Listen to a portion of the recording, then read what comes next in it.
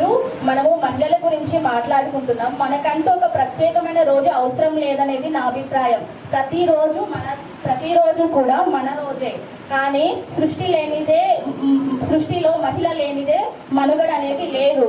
మొదట్లో మనకు మాతృస్వామ్య వ్యవస్థ మాత్రమే ఉండేది. అది తర్వాత పితృస్వామ్య వ్యవస్థగా మారిపోయినది. ఇప్పుడు గతంతో పోలిస్తే మన సమాజంలో ఆడవారికి ప్రాముఖ్యత చాలా పెరిగిందనే చెప్పుకోవాలి. ఆర్థికంగా, సామాజికంగా, రాజకీయంగా అన్ని రంగాల్లో కూడా మన మహిళలు ముందుండడం కోసమే ఏర్పాటు చేసినటువంటి ఒక రోజు ఈ యొక్క అంతర్జాతీయ మహిళా దినోత్సవం.